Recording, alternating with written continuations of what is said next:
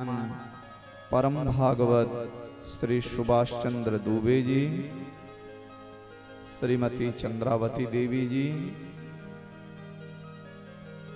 इनके बंधु बांधव, इष्ट मित्र, गांव देश, धर्मानुरागी सज्जनों, श्रद्धामयी माताओं, बहनों, देवियों एवं छोटे छोटे बच्चों,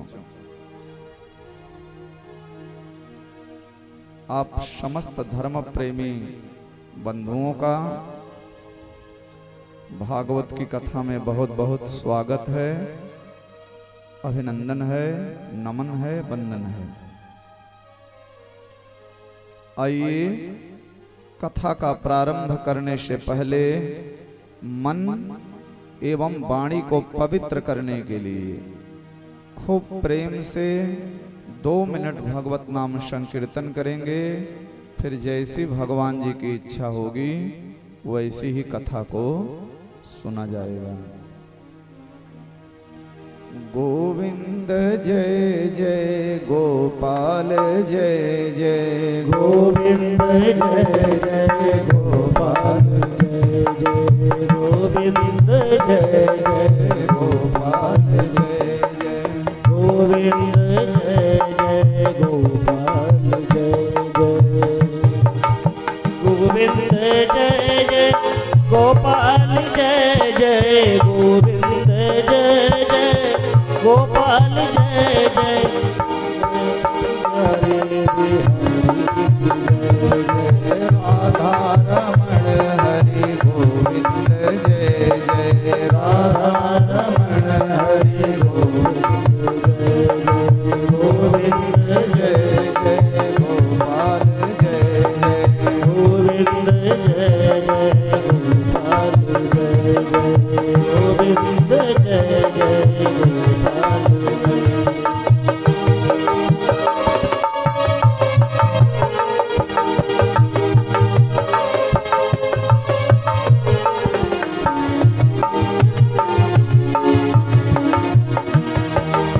गोविंद जय जय गोपाल जय जय, गोविंद जय जय गोपाल जय जय, गोविंद जय जय गोपाल जय जय, गोविंद जय जय गोपाल जय जय, राधा रमण हरि गोविंद जय जय, राधा रमण हरि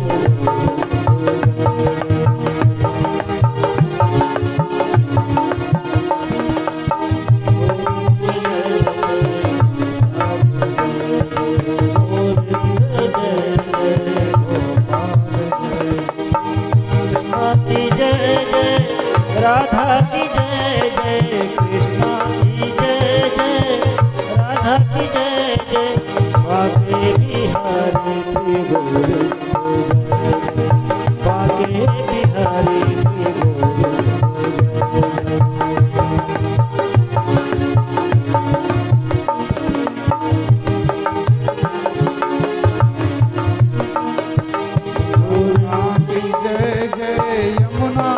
जय जय।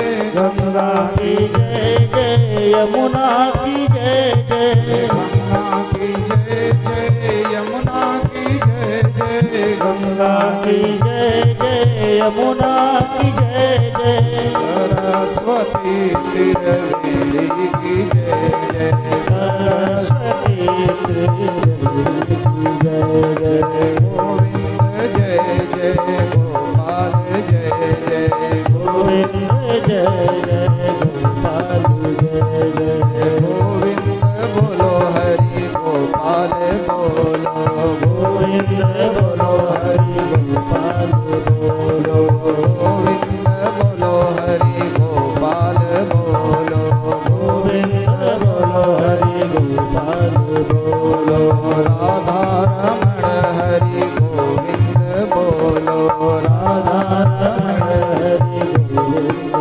बोलो, गोविंद बोलो।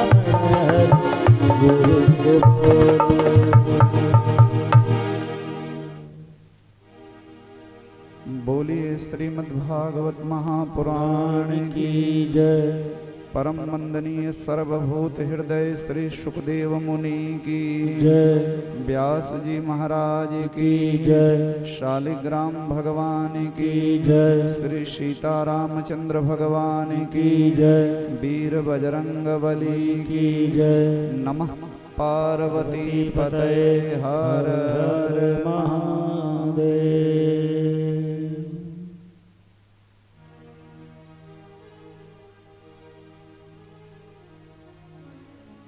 आइए हम सभी लोग खूब प्रेम से श्रीमद् भागवत जी की कथा का श्रवण करें। राजा परीक्षित ने कलयुग को 4 स्थान दिए, मधुशाला, पशुशाला, बधुशाला, द्यूतशाला।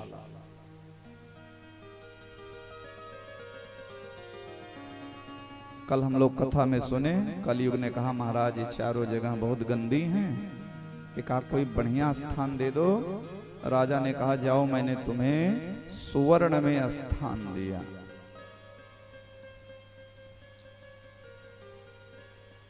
अन्याय का जो सोना है, अधर्म का जो सोना है,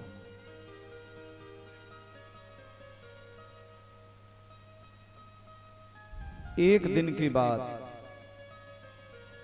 कलयुग को मौका मिला, राजा मुकुट पहने। राजा का मुकुट है सोने का। कलयुग राजा के मुकुट में जाकर के सवार हो गया, क्योंकि सोने का मुकुट। और एक संत जी तो अपनी कथा में कह रहे थे, विद्वान, कि आज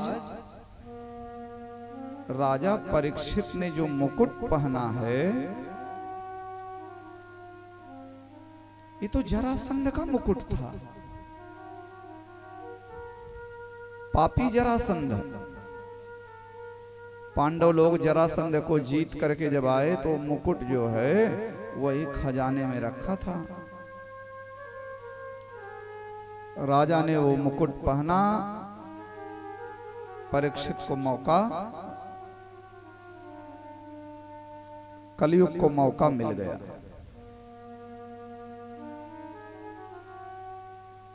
एक दिन के बाद राजा वन मृगया करने गए।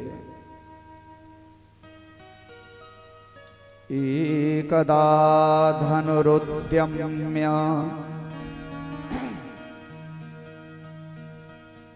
एकदा धनुरुद्यम्य विचरन्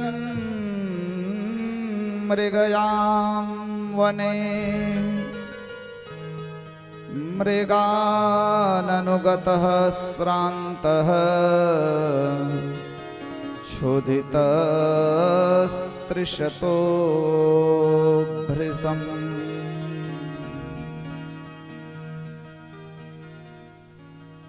और जंगल में हिरन के पीछे दौड़ते दौड़ते दौड़ते दौड़ते मृगाननुगतः श्रान्तः, राजा थक गए, बड़ी तेज की प्यास लगी, तो कहीं मुझे पानी मिल जाए। जलाशयामचक्षाणः प्रविशेष तमाश्रमम्। पानी की तलाश में राजा टहलते टहलते उसी जंगल में एक आश्रम देखे, और ये आश्रम है शमीक मुनि का। शमीक मुनि अपने ध्यान में निमग्न। राजा गए, महात्मा जी, बाबा जी, ऋषि जी, मुझे प्यास लगी है, मुझे पानी दो।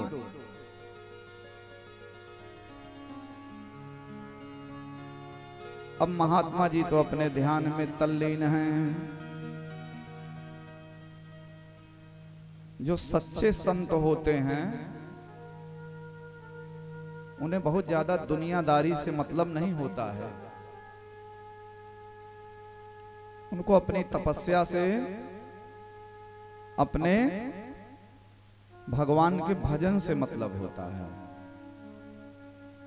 मन लागा मोरा यार फकीरी में, मन लागा मोरा यार फकीरी में, जो सुख मिलो है राम भजन में, जो सुख मिलो है राम भजन में, ओ सुख नाही और द्रौपदी ने जो आंचल मांगा था उसी को भगवान ने राखी मान लिया। उसी दिन से भगवान द्रौपदी को अपनी बहन फकीरी में,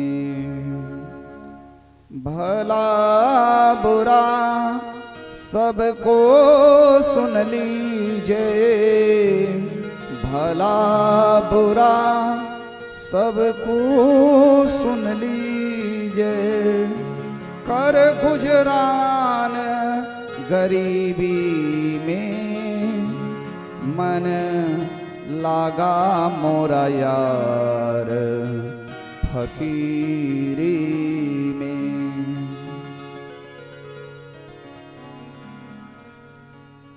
महात्मा जी अपने ध्यान में तल्लीन है, मन लागा मोरा यार फकीरी में। राजा परीक्षित ने कई बार कहा, ऋषि जी मैं धरती का सम्राट राजा परीक्षित बहुत प्यासा हूँ, मुझे पानी दो, मुझे पानी दो, मुझे जल दो। कई बार कहे, ऋषि जी अपने ध्यान में निमग्न थे। राजा भूख और प्यास से छटपटा रहे थे और इधर कलयुग भी सिर पर बैठा है। एकाएक राजा को इन ब्राह्मण के प्रति, ऋषि के प्रति ईर्ष्या हो गई, ईर्ष्या भी हो गई और क्रोध भी आ गया। किसी साधु संत महात्मा ब्राह्मण ऋषि से अगर ईर्ष्या होने लगे, हमें क्रोध आने लगे, तो समझो कि कलयुग परेशान कर रहा है। ब्राह्मण से ईर्ष्या, तपस्वी ब्राह्मण। राजा जैसे धर्मात्मा को कलयुग ही है, सिर पर बैठा है, राजा को क्रोध आ गया। और ये राजा के जीवन का पहला अवसर था। बताओ, मैं धरती का सम्राट राजा परीक्षित इस ब्राह्मण से जल मांग रहा हूं, इतना बड़ा ध्यानी हो गया है, इतना बड़ा महात्मा हो गया है, इसकी आंख नहीं खुल रही है। सतु ब्रह्म ऋषेरंसे गता सुमुर्गम रुषा विनिर्गक्षन् धनुष्कोट्या निधाय पुरमागमत। लौटते समय राजा ने देखा एक सांप मरा हुआ था। राजा के मन में विचार आया, यही सांप ऋषि के गले में डाल देता हूं। सांप मरा हुआ है, अगर ये वास्तव में महात्मा होगा तो ध्यान लगाए रहेगा, और अगर ढोंगी होगा तो अभी छटपटा के भगेगा।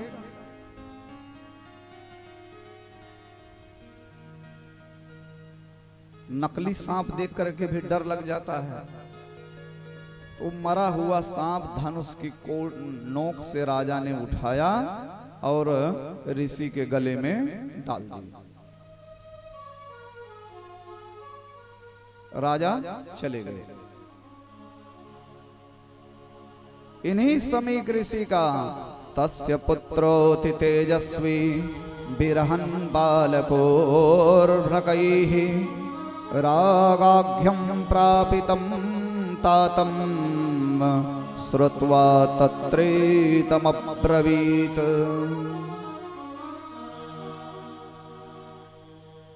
इन्हीं समीक ऋषि का एक बेटा है 10 साल का, नाम है श्रृंगी। बिरहन बालकोर भकई ही, छोटे छोटे ऋषि कुमारों के साथ, मुनि कुमारों के साथ जंगल में, सरोवर में जल क्रीड़ा कर रहा है। बच्चे खेलते हैं ना पानी से, खेल रहा था। तब तक एक ऋषि कुमार पहुंचा, श्रृंगी श्रृंगी श्रृंगी। श्रृंगी ने बोला, भाई क्या बात है, इतने हाँफ कर रहे हो? श्रृंगी श्रृंगी, धिक्कार है तुम्हें, जाओ देखो अपने पिता की दुर्दशा। क्या हुआ मेरे पिता को? तुम्हारे पिता के गले में राजा परीक्षित ने मरा हुआ सांप लपेट दिया है। क्या? अहो अधर्म पालानां प्रेमं बलिभुजामिव स्वामिन्यगम यद्दासानां द्वारपानां सुनामिव। जिन राजा लोगों को हम ब्राह्मणों ने राजा बनाया है कि धर्म पूर्वक हमारी रक्षा करें, प्रजा की रक्षा करें, समाज का कल्याण करें, जब राजा ही अधर्मात्मा हो जाएंगे, राजा ही पापी हो जाएंगे, तो फिर प्रजा का क्या होगा? बंधुओं, ये वो समय था कि जब ब्राह्मण अपनी तपस्या से बलवान हुआ करते थे।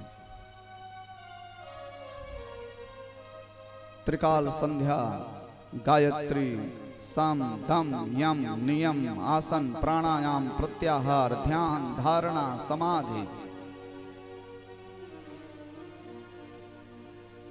ब्राह्मण का काम क्या है? दान देना, दान लेना, यज्ञ करना, यज्ञ कराना, शिक्षा देना, शिक्षा लेना। तो ब्राह्मण तपबल बेप्र सदा बरियारा, ब्राह्मण अपनी तपस्या से बलवान हुआ करते थे।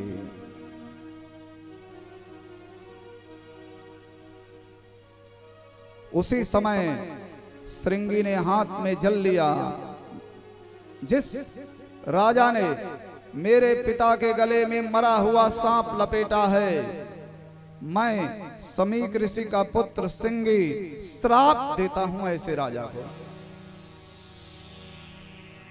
इति लंघित मर्यादम तक्षकः सप्तमे हनि दक्ष्यन्ति स्म कुलांगारम ओदितो मे ततद्रुहम्। मैं श्राप देता हूं, आज के 7 दिन बाद तक्षक नाग के काटने से ऐसे राजा की मृत्यु हो जाएगी।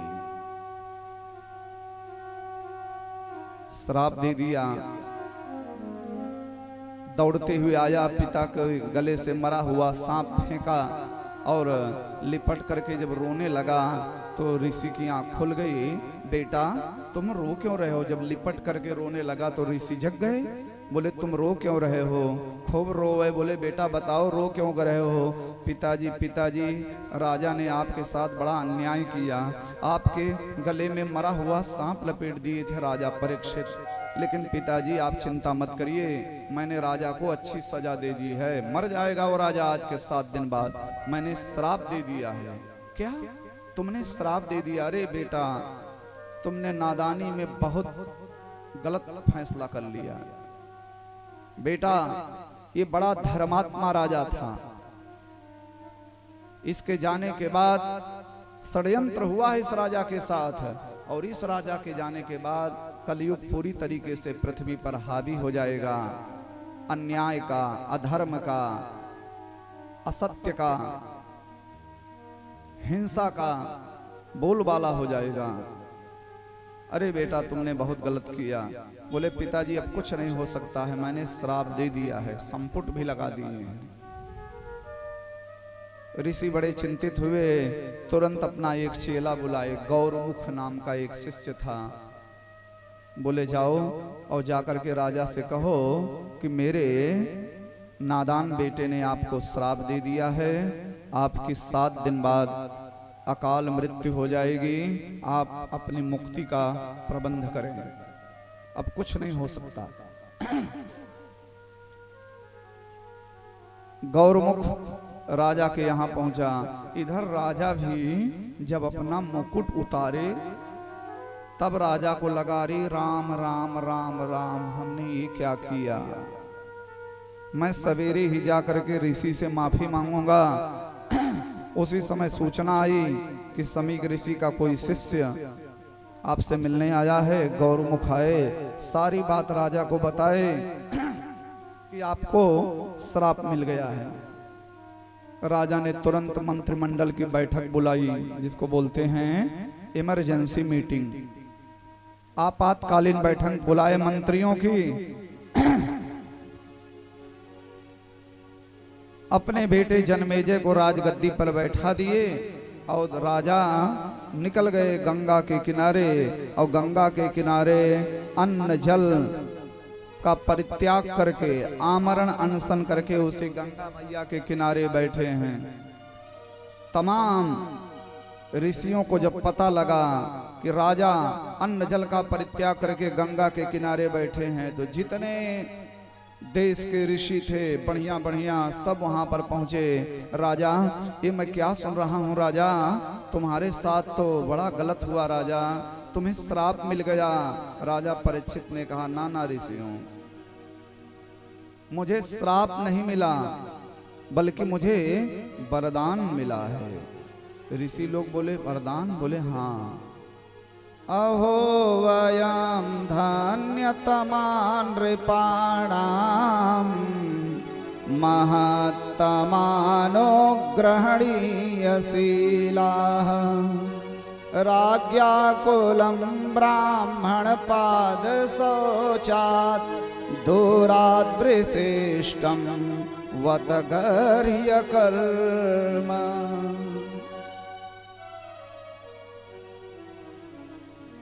अगर वो ब्राह्मण कुमार मुझे श्राप नहीं देता तो आप इतने बड़े बड़े संत हमारे पास में कैसे आते? एक साथ इतने सारे संतों को से हमारी मुलाकात हो गई, ये तो हमारे लिए बहुत बड़ा वरदान है।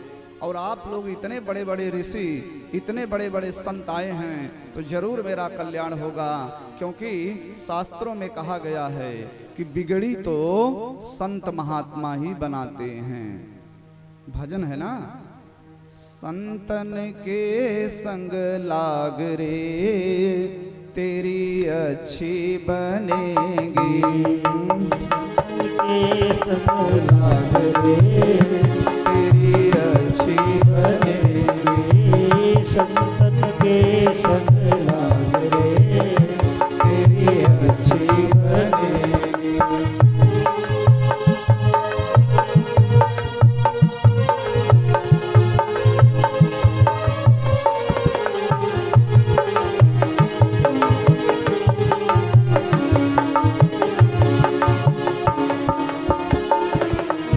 अच्छी बनेगी तेरी बिगड़ी बनेगी, अच्छी बनेगी तेरी बिगड़ी बनेगी, कोई तेरो बड़ भाग रे तेरी अच्छी बनेगी, कोई तेरो बड़ भाग रे तेरी अच्छी बनेगी।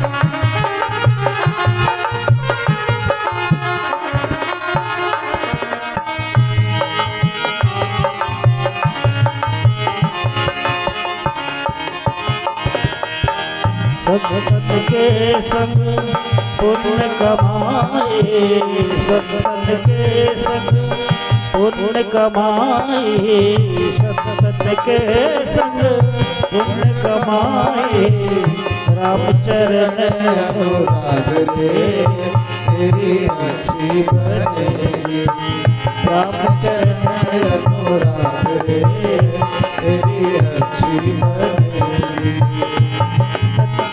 संग लाग रे तेरी अच्छी बनेगी।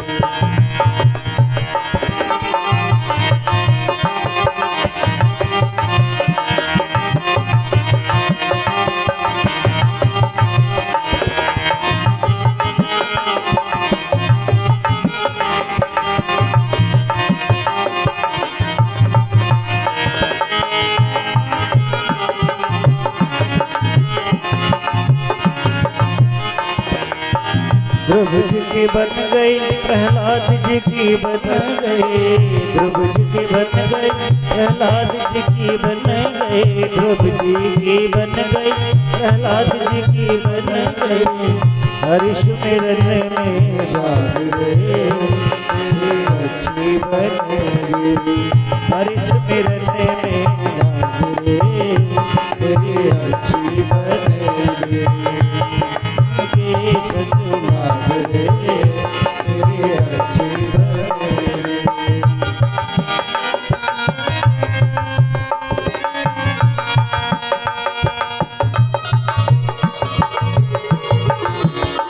हरि बोल।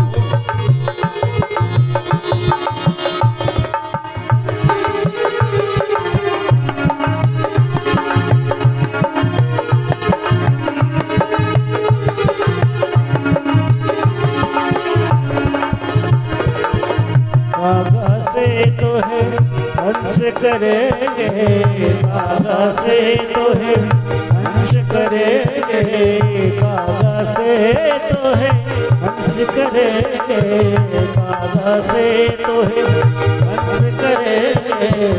मिट जाए उनके बादले तेरी अच्छी बनेगी, मिट जाए उनके बादले तेरी अच्छी बनेगी। अंतन के सतनागरे तेरी अच्छी बनेगी।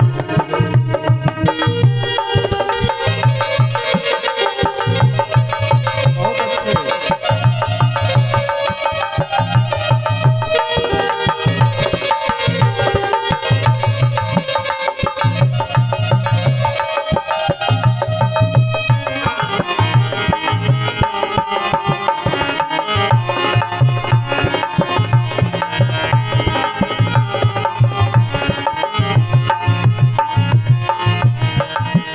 मोहनिसा में बहुत दिन सोयो, मोहनिसा में बहुत दिन सोयो, मोहनिसा में बहुत दिन सोयो। जाग सके तो जागरे तेरी अच्छी बनेगी, जाग सके तो जागरे तेरी अच्छी बनेगी।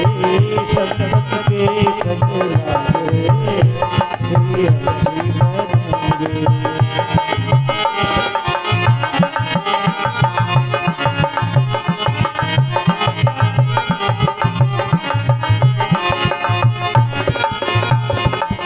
सुत बित जोग तीन आशाए, सुत बित लोक तीन आशाए, सुत बित लोक तीन आशाए।